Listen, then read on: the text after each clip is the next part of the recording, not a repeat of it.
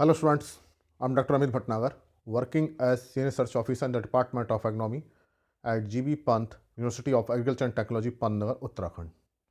What is the reason that nitrogen is required in the highest amount? Out of 17 essential nutrients, nitrogen requires in the maximum amount. What is the reason?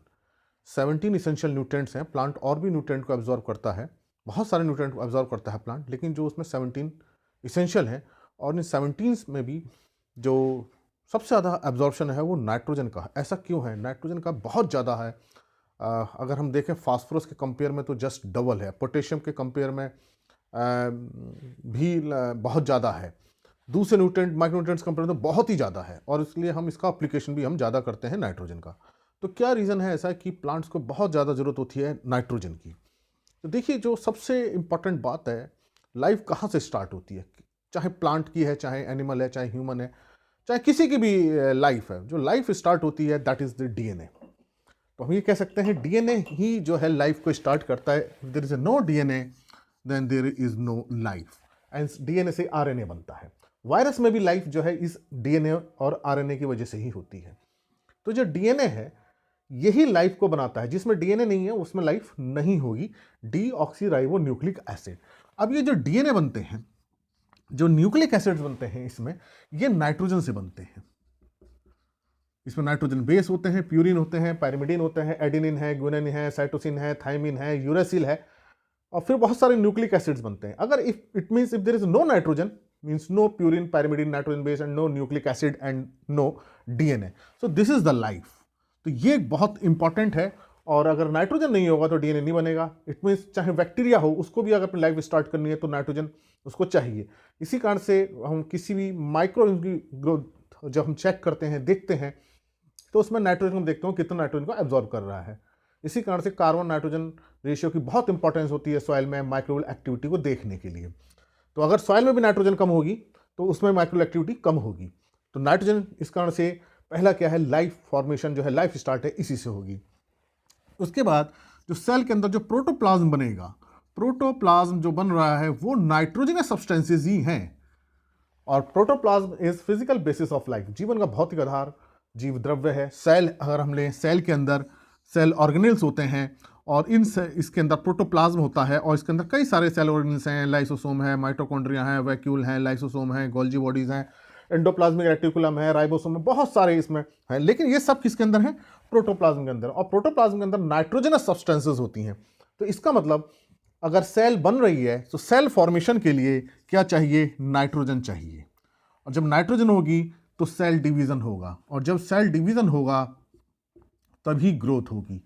तो इसका मतलब किसी plant की, किसी animal की growth तभी होती है जब उसमें सेल डिवीजन होगा। सेल डिवीजन कब होगा? जब उसके अंदर प्रोटोप्लाज्म होगा, और प्रोटोप्लाज्म के अंदर नाइट्रोजनस सब्सटेंसेस होते हैं। तो इसका मतलब हाइट बढ़ेगी, चाहे टिलरिंग हो, ब्रांचिंग हो, लीफ फॉर्मेशन हो, चाहे एनिमल का डेवलपमेंट हो, हमारा बॉडी का डेवलपमेंट हो, जहाँ सेल डिवीजन के बिना नहीं हो सकता।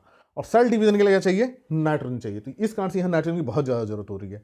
तो पहले मैंने आपको बताया डीएनए, और डीएनए के बाद ये जो सेल डिवीजन बहुत इंपॉर्टेंट है, बिना सेल डिवीजन की ग्रोथ नहीं हो सकती। फिर जो नाइट्रोजन देखिए जो बनाती है, प्रोटीन्स बनाती है। अब ये प्रोटीन ही हमारे सारे सिस्टम को रेगुलेट करती हैं, और ये प्रोटीन कौन करते हैं? जीन्स से रेगुलेट होती हैं। तो जितने भी हमारे मेटाबॉलिक फंक्शन है बॉडी के, जितने भी सारे क्या है? प्रोटीन्स है। तो without protein there is no possibility of life. तो जो नाइट्रोजन बना रहा है, प्रोटीन बना रहा है, प्रोटीन से सारे फंक्शन हमारे रेगुलेट होते हैं। ये बहुत कॉम्प्लेक्स फिनोमिना है। जीन्स जो है रेगुलेट करते हैं प्रोटीन को, और प्रोटीन का एसेंशियल कंपोनेंट क्या है? नाइट्रोजन है। तो प्लांट की बॉडी है, चाहे ह्यूमन बॉडी है, चाहे एनिमल बॉडी है, बहुत सारी प्रोटीन्स हैं, और उन्हीं प्रोटीन से ही फिजियोलॉजिकल प्रोसेस होते हैं, मेटाबॉलिक कंडीशन होती हैं। तो बिना प्रोटीन के लाइफ नहीं हो सकती। तो प्रोटीन फॉर्मेशन नाइट्रोजन चाहिए। दूसरा, ये नाइट्रोजन चाहिए एंजाइम्स फॉर्मेशन के लिए। तो जो एंजाइम्स हैं ये क्या करते हैं? Actually this enzyme catalyse the reaction. तो एंजाइम क्या करते हैं? जो रिएक्शन हो रहा है बॉडी के अंदर, प्लांट बॉडी के अंदर है, चाहे फोटोसिंथेसिस हो रही हो, चाहे रेस्पिरेशन हो रहा है, चाहे दूसरा प्रोसेस हो रहा है, उन एंजाइम, ये जो एंजाइम है उसको कैटलाइज करते हैं, उसके रिएक्शन रेट को बढ़ाते हैं। तो एंजाइम फॉर्मेशन बहुत जरूरी है नाइट्रोजन। अगर नाइट्रोजन नहीं होगा तो एंजाइम्स नहीं होंगे, और एंजाइम नहीं होंगे तो फिजियोलॉजिकल प्रोसेस नहीं होगी। तो ज़्यादा से ज़्यादा प्लांट को क्या चाहिए? प्रोटीन चाहिए। एंजाइम चाहिए, डीएनए चाहिए, सेल डिवीजन चाहिए, तभी जो उसकी ग्रोथ होगी। इस कारण से हर प्रोसेस में नाइट्रोजन की जरूरत हो रही है। अब जो दूसरा जो ग्रोथ रेगुलेट होती है वो देखिए हार्मोन से होती है। हार्मोन्स जो हैं उसको हम ग्रोथ रेगुलेटर भी हम कैटेगरी में ले सकते हैं। अगर हम हार्मोन की बात करें तो हमारे ग्रोथ प्रमोटिंग हार्मोन ऑक्सिन है, साइटोकाइनिन है, जिब्रेलिन है, और ग्रोथ रिटार्डिंग हार्मोन हम देखें तो एब्सिसिक एसिड है और इथाइलिन है। तो इसमें कुछ हार्मोन्स के फॉर्मेशन के लिए नाइट्रोजन का होना बहुत ज़रूरी है। अगर नाइट्रोजन नहीं होगी तो हार्मोन्स नहीं बनेंगे, तो उससे जो प्रोसेस है वो रेगुलेट नहीं होगा। हालांकि इथाइलिन गैस है, उसमें नाइट्रोजन की जरूरत नहीं होती है। तो ये कुछ हार्मोन्स हैं जिसमें नाइट्रोजन का होना बहुत ज़रूरी है। विटामिन्स जो है ग्रोथ को रेगुलेट करते हैं, विटामिन्स के लिए भी ज़रूरी है नाइट्रोजन। तो हम देख रहे हैं हर चीज़ के लिए नाइट्रोजन ज़रूरी है। प्रोटीन है, हार्मोन्स हैं, एंजाइम्स हैं, विटामिन्स हैं, इनके बिना ग्रोथ नहीं हो सकती। और जो प्लांट का जो फूड जो बनता है वो फोटोसिंथेसिस के थ्रू बनता है। और फोटोसिंथेसिस किससे होता है? लीफ में क्लोरोफिल की वजह से होता है। तो क्लोरोफिल का जो पार्ट है, इसेंशियल पार्ट क्या है? वो नाइट्रोजन है। तो अगर नाइट्रोजन की डेफिशिएंसी है तो क्लोरोफिल कम बनेगा, तो फोटोसिंथेसिस कम होगा, तो ग्रोथ भी क्या होगी? कम होगी। तो क्लोरोफिल नहीं बनेगा। क्लोरोफिल का पार्ट क्या है? क्या क्या है? कार्बन है, हाइड्रोजन है, ऑक्सीजन है, नाइट्रोजन है, मैग्नीशियम है। ये तो उसके पार्ट हैं। तो जब भी डेफिशिएंसी होती है नाइट्रोजन की, क्लोरोफिल बहुत कम बनता है, येलो कलर हो जाता है, उसी को हम क्लोरोसिस कहते हैं। तो नाइट्रोजन की डेफिशिएंसी का जो पहला इफेक्ट हमें इसी कारण से नजर आता है। क्लोरोसिस क्यों होती है? Loss of green colour is chlorosis because there is poor formation of chlorophyll. Nitrogen कम है, सेल डिवीजन कम होगा, ग्रोथ कम होगी, तो प्लांट हाइट कम रह जाएगी। दूसरे प्रोसेस क्या है? टिलरिंग नहीं होगी, ब्रांचिंग नहीं होगी, पौधे छोटे रहेंगे, शूट डेवलपमेंट नहीं होगा, सीड प्रोडक्शन बहुत कम होगा, और ये सारे जो प्रोटीन्स नहीं बन रही है, तो बाकी जो प्रोसेस सारे एडवर्सली अफेक्ट होंगे। तो इस कारण से नाइट्रोजन की बहुत ज़्यादा ज़रूरत है। ये बहुत सारे फंक्शंस में इन्वॉल्व है। और अगर जो बॉडी का हम देखें, जो मेजर जो होता है फंक्शन का रेगुलेशन, वो एक्चुअली प्रोटीन से होता है। और मैं इसको भी बताया था, ये प्रोटीन किससे रेगुलेट होती हैं?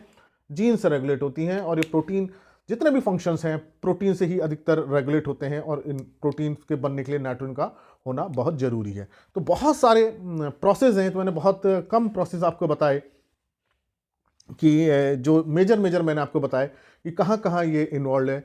बहुत फिजियोलॉजिकल प्रोसेस प्लांट्स के होते हैं जिसमें नाइट्रोजन की रिक्वायरमेंट होती है, क्योंकि एंजाइम्स के बिना ये प्रोसेस होना बहुत मुश्किल है। तो एंजाइम्स की activity, enzymes actually nitrogen substances हैं, प्रोटीन ही है। तो एंजाइम्स नहीं होंगे तो चाहे फोटोसिंथेसिस का प्रोसेस हो, चाहे वो रेस्पिरेशन का प्रोसेस हो, चाहे वो न्यूट्रेंट ट्रांसलोकेशन ही क्यों ना हो, उसमें एंजाइम्स की बहुत ज़रूरत पड़ती है। ग्लाइकोलाइसिस जैसे प्रोसेस है, या न्यूट्रेंट का ट्रांसफॉर्मेशन हो रहा है, या ट्रांसलोकेशन हो रहा है, उसमें बहुत सारे एंजाइम्स चाहिए, और बिना एंजाइम्स के ये प्रोसेस नहीं हो पाते हैं। तो इस कारण से नाइट्रोजन की बहुत ज़्यादा रिक्वायरमेंट है। तो इसका मतलब ये नहीं है कि हमें नाइट्रोजन बहुत ज़्यादा देनी है। बहुत ज़्यादा नाइट्रोजन देने के बहुत नुकसान हो जाते हैं। अधिकतर किसान ये सोचते हैं, या हम ये सोचते हैं कि नाइट्रोजन देंगे तो क्लोरोफिल बनेगा, प्लांट हाइट बढ़ जाएगी, टिलरिंग बढ़ेगी, ब्रांचिंग बढ़ेगी, ईल्ड ज़्यादा होगी। उससे नुकसान हो जाता है। बहुत ज़्यादा नाइट्रोजन देंगे तो क्या होगा?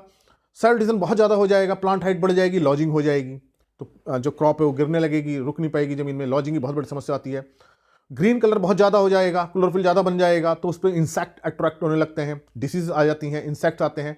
प्लांट के अंदर सक्युलेंसी बढ़ जाती है, मतलब कि उसका प्रोटोप्लाज्म बढ़ जाएगा, हाइड्रेटेड हो जाता है, पानी ज़्यादा ले लेने लगता है प्रोटोप्लाज्म। तो सक्युलेंसी बढ़ जाएगी, सक्युलेंसी बढ़ जाएगी तो उसमें इंसेक्ट्स भी आएंगे, डिसीज भी आएंगे। फिर नाइट्रोजन प्रॉपर मेटाबलाइज नहीं होती, सॉल्युबल नाइट्रोजन फॉर्म में रहती है, अमीनो एसिड्स में रहती है, और ये सॉल्युबल नाइट्रोजन फॉर्म किसको चाहिए? इंसेक्ट्स को चाहिए, डिसीज चाहिए। तो वहाँ डिसीज इंसेक्ट बढ़ जाते हैं। तो अगर बहुत ज़्यादा नाइट्रोजन डालेंगे तो इंसेक्ट्स बढ़ेंगे, डिसीज बढ़ेगी, क्रॉप की लॉजिंग हो जाएगी, फायदे की जगह नुकसान होगा। तो ये एक बैलेंस फॉर्म में ही नाइट्रोजन डालना चाहिए। No doubt nitrogen is required in largest quantity, जितने भी न्यूट्रिएंट्स सबसे ज़्यादा डालना है, लेकिन उसका बहुत केयरफुली कैलकुलेशन से हम उसको डालना चाहिए। कौन सी क्रॉप है, क्या उसके रिकमेंडेड डोज के, उसके अकॉर्डिंग हमको नाइट्रोजन को यूज़ करना चाहिए। तो अब आपको समझ में आ गया हो कि नाइट्रोजन को इतनी ज़्यादा इंपॉर्टेंस हम अप्लीकेशन में क्यों देते हैं। और दूसरा क्या है, नाइट्रोजन जब हम अप्लाई करते हैं थ्रू फर्टिलाइजर, ये लॉस ज़्यादा हो जाती है, डिनाइट्रिफिकेशन लॉस हो जाता है, लीचिंग लॉस हो जाता है, वोलेटाइलेशन लॉस हो जाता है। तो इस कारण से हमको इसके जो यूज़ इफिशिएंसी है प्लांट की, मतलब अगर हम 100 किलो डाल रहे हैं तो बहुत ही कम प्लांट इसको यूज़ कर पाता है, ज़्यादातर लॉस हो जाता है, इसमें ज़्यादा हमें यूज़ करना पड़ता है। तो प्लांट की रिक्वायरमेंट ज़्यादा हो रही है और लॉस भी इसके ज़्यादा है, तो हमें इसके फर्टिलाइजर ज़्यादा देने पड़ते हैं यूरिया के थ्रू, लेकिन हम बहुत ज़्यादा नहीं देना है, कैलकुलेशन के ही थ्रू देना है, जो इसकी रिकमेंडेड डोज है वही देनी चाहिए। तो आपको समझ में आ गया होगा कि क्यों इतनी ज़्यादा ज़रूरत है और क्यों हमको इसके बैलेंस फॉर्म में ही देना चाहिए, मतलब बहुत ज़्यादा नहीं देना चाहिए। बहुत ज़्यादा देंगे तो मैंने नुकसान बताया, बहुत कम देंगे तो ये प्रोसेस नहीं होंगे, तो प्लांट ग्रोथ एडवर्सली अफेक्ट होगी। तो इसलिए हमको उसका बहुत केयरफुल अप्लीकेशन करना चाहिए। Thank you very much.